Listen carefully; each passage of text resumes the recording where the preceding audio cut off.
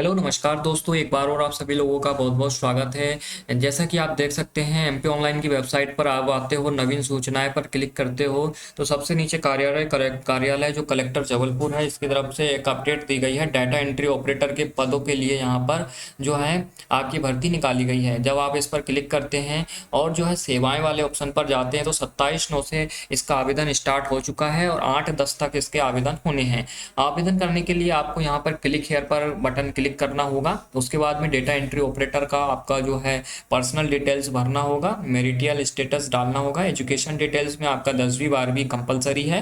यदि आपने computer diploma किया है तो उसकी डिटेल्स यहाँ पर भर सकते हो। उसके बाद में आपकी सीपीसीटी एग्जाम अनिवार्य है तो यहाँ पर सीपीसीटी का आप टोटल डिटेल्स लिख सकते हो। साथ ही साथ में कम्युनिकेशन और जो परमानेंट एड्रेस है उसे एंटर करके नेक्स्ट बटन पे क्लिक कर सकते हो और अपने सारे डॉक्यूमेंट्स आप यहाँ पर जो है सबसे पहले फोटो सिग्नेचर और जो अन्य डॉक्यूमेंट्स हैं उनकी जेपीजी फाइल बना सकते हो और उसके बाद में अपलोड कर सकते हो। फीस पेमेंट के बाद में आपका ये फाइनल हो जाएगा। चलिए इसकी पूरी जानकारी लेते हैं, इसकी पूरी जो नोटिफिकेशन उसे पढ़ने की कोशिश करते हैं। डाउनलोड वाले ऑप्शन पर आते हैं और कार्यालय जिला प्रशासन रूल जो जबलपुर लिखा है इस पर क्लिक करते हैं। थोड़ी सी इसकी साइज बढ़ा लेते हैं ताकि स्पष्ट हमें दिखाई पड़े। 4 पेजों की ये नोटिस है। इस पर क्या लिखा गया है टोटल, इस पर जो है यहाँ पर लिखा गया है कि निर्वाचन अधिकारी जो है स्थानीय निर्वाचन के लिए यह वैकेंसी निकाली जा रही है। तो यहाँ पर बताया गया है कि डाटा एंट्री ऑपरेटर की यहाँ पे पद पूर्ति हेतु ये विज्ञप्ति है जो कि संविदा लिखा है तो संविदा ये भर्ती है, ध्यान रखिएगा, है ना, रेगुलर नहीं है, ये संविदा है, ध्यान रखिएगा। उसके बाद में यहाँ पर बताया गया है डेटा एंट्री की संविदा एक पद बताया गया है और प्रति माह 10,260 रुपये। अनारक्षित यहाँ पर स्थिति बताई जा रही है। और शैक्षणिक योग्यता की बात करें तो कक्षा 12वीं और सीपीसीटी और मध्य प्रदेश के मूल निवासी होना चाहिए। तो मध्य प्रदेश के कोई भी मूल निवासी इसके लिए अप्लाई कर सकते हैं। 1/1/2022 को अनुसार जो है 21 से 40 वर्ष के बीच में आपकी आयु होना चाहिए।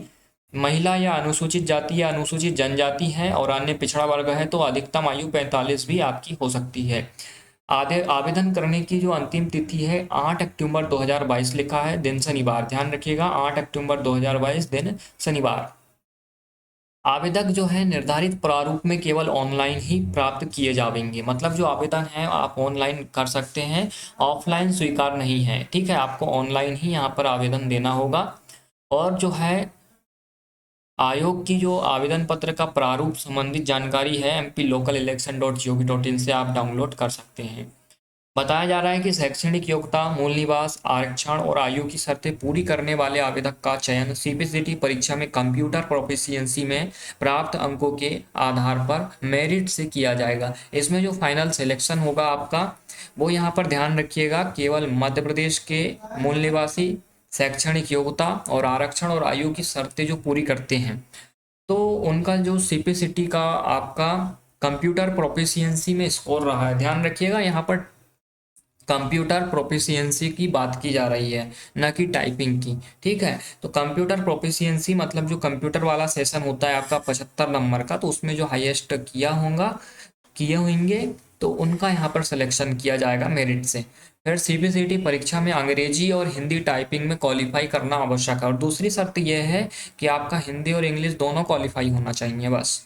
और यद्यपि टाइपिंग का स्कोर मेरिट में नहीं जोड़ा जाएगा। ठीक है, टाइपिंग की स्पीड से आपका कोई लेना देना नहीं, सिर्फ आपका क्वालिफाई होना चाहिए। उसके बाद में यहाँ पर अगला पेज देखिएगा क्या लिखा गया है।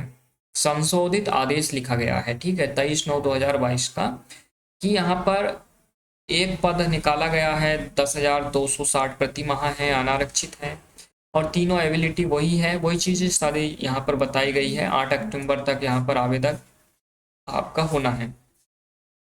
और जो है एक पद 10,260 प्रति माह, इस तरह से संविदा लिखा गया है। बस इसी तरह से ये पेज में भी आपको वही बताई गई है और आवेदन पत्र यहाँ पर दिया गया है।